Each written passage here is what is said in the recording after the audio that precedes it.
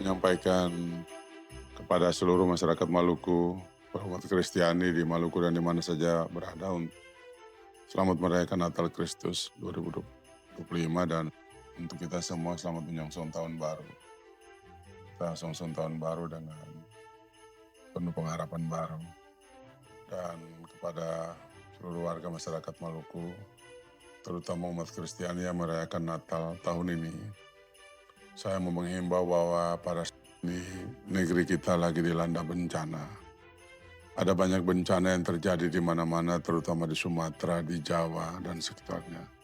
Sebagai bagian dari warga bangsa, warga negara Kesatuan Republik Indonesia, saya mau menghimbau agar perayaan Natal kita laksanakan secara sederhana dan tidak berlebihan.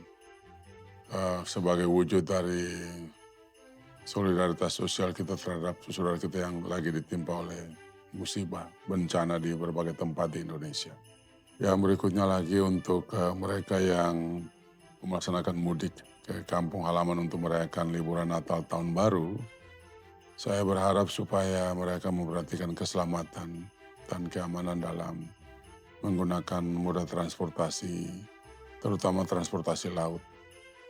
Saya menghimbau kepada seluruh aparatur terkait dengan bidang angkutan laut untuk memperhatikan ketentuan, terutama soal overloading atau muatan yang berlebihan, dan kesiapan sarana prasarana, dan harus memastikan bahwa kapal, motor, atau apapun juga itu harus layak laut. Kita harus berusaha sehingga semoga tahun ini kita bisa melewati melaksanakan perayaan Natal dan Tahun Baru dalam keadaan yang damai sejahtera. Dan sebagai kepala daerah saya tentu berharap tidak terjadi musibah apapun di Maluku.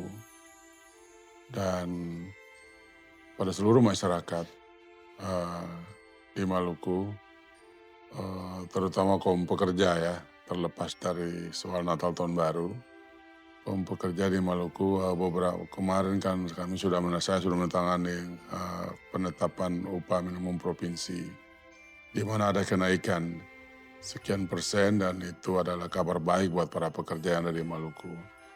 Kenaikan upah buruh ini sangat tergantung atau upah pekerja sangat tergantung kepada faktor-faktor fundamental ekonomi yang kita hadapi, misalnya pertumbuhan ekonomi, tingkat inflasi, income per kapita dan sebagainya gitu. Tapi kami memutuskan untuk ada kenaikan sekitar Rp200.000 upah minimum provinsi itu, dan mungkin untuk sebagian orang itu dianggap tidak terlalu besar, tapi untuk para pekerja kita itu sangat berarti sekali. Saya sebagai gubernur merasa ini yang bisa kami lakukan kepada rakyat dan masyarakat kita di Maluku.